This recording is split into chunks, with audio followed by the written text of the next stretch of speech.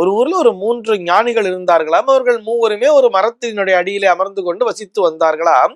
அந்த 3 ஞானிகள்ல பார்த்தோம்னா முதலாவது ஞானி எப்பொழுதுமே பேசவே மாட்டாராம். சதா சர்வகாலமும் கண்ணை மூடிக்கொண்டு தியானத்திலேயே அமர்ந்து கொண்டிருப்பார்.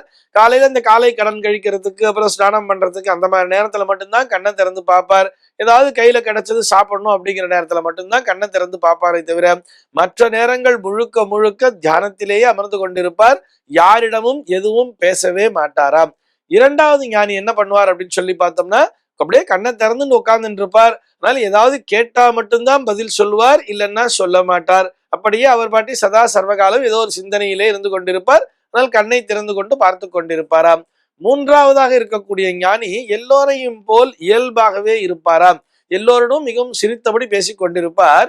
யாரா ஏதாவது சந்தேகம் கேட்டா சொல்லுவார். ஆனால் தான் சொல்வதுதான் சரி என்று வாதிடவும் மாட்டாராம்.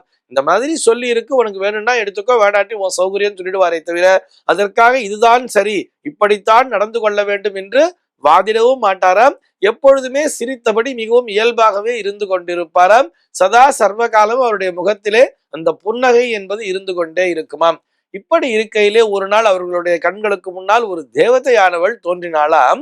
அந்த தேவதை பார்த்தோம்னா கையில ஒரு தங்க கிண்ணத்தை, அந்த தங்க கிண்ணம் பளபளன்னு அப்படியே மின்னிட்டு இருந்ததாம். ஒரு தங்க கிண்ணத்தை கையில் வைத்துக் கொண்டு அந்த தேவதையானவள் தோன்றினாள். இப்போ அந்த கண்ணை மூடிக்கொண்டே தியானத்தில் இருந்தார் அல்லவா, அவருக்கு இந்த தியானத்திலேயே அவருடைய ஞான கண்ணின் முன்னால ஒரு தேவதையானவள் கையிலே கிண்ணத்தோடு வந்திருப்பது தெரிந்தது.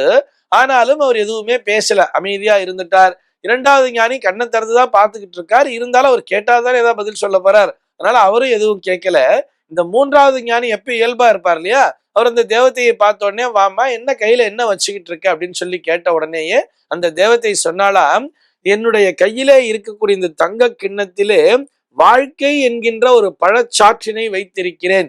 இதனை பருகி பார்த்து இதனுடைய சுவை எப்படி இருக்கிறது என்பதை நீங்களே பருகி பாருங்கள்னு சொல்லி ஞானிகள்கிட்ட சொன்னாலாம். உடனே முதலாவது ஞானி சொன்னார், அவர் கண்ணை மூடிக்கொண்டே சொன்னாராம், அந்த வாடையே எனக்கு ஆகாது, முதல்ல அதை இங்கிருந்து எடுத்துட்டு போ. வாழ்க்கை என்பது எவ்வளவு துன்பம் என்பது எனக்கு தெரியும், அதை போய் அதனுடைய சுவையை பார்க்கிறேன்னு சொல்லிட்டு அதை பருகிவிட்டு மீண்டும் மீண்டும் இந்த பிறவி எடுப்பதற்கு நான் தயாராக இல்லை. இந்த பிறவி கடல் என்பதே ஒரு துன்பம் தான், அதை எடுத்துக்கொண்டு போய்விடு அப்படின்னு சொல்லிட்டு சத்தமா சொன்னாராம் முதலாவது ஞானி. அந்த தேவதையானவள் உடனடியாக இரண்டாவது ஞானியை பார்க்கிறாள். இரண்டாவது ஞானி சொன்னாராம், அவர் என்ன இப்படி சொல்றாரு, அவர் சொல்றதுல நியாயம் இருக்கும் போல இருக்கு, இருந்தாலும் அவரை மாதிரி சாப்பிட்டு பார்க்காம சொல்ல மாட்டேன், குடு பார்க்கலாம் அப்படின்னு சொல்லிட்டு லேசாக அதனை வாங்கி அப்படி லேசா கொஞ்சம் அருந்தி பார்த்தாராம். லேசா ஒரு வாய் வச்சுட்டு உடனே டபால்னு கீழே துப்பிட்டாரா.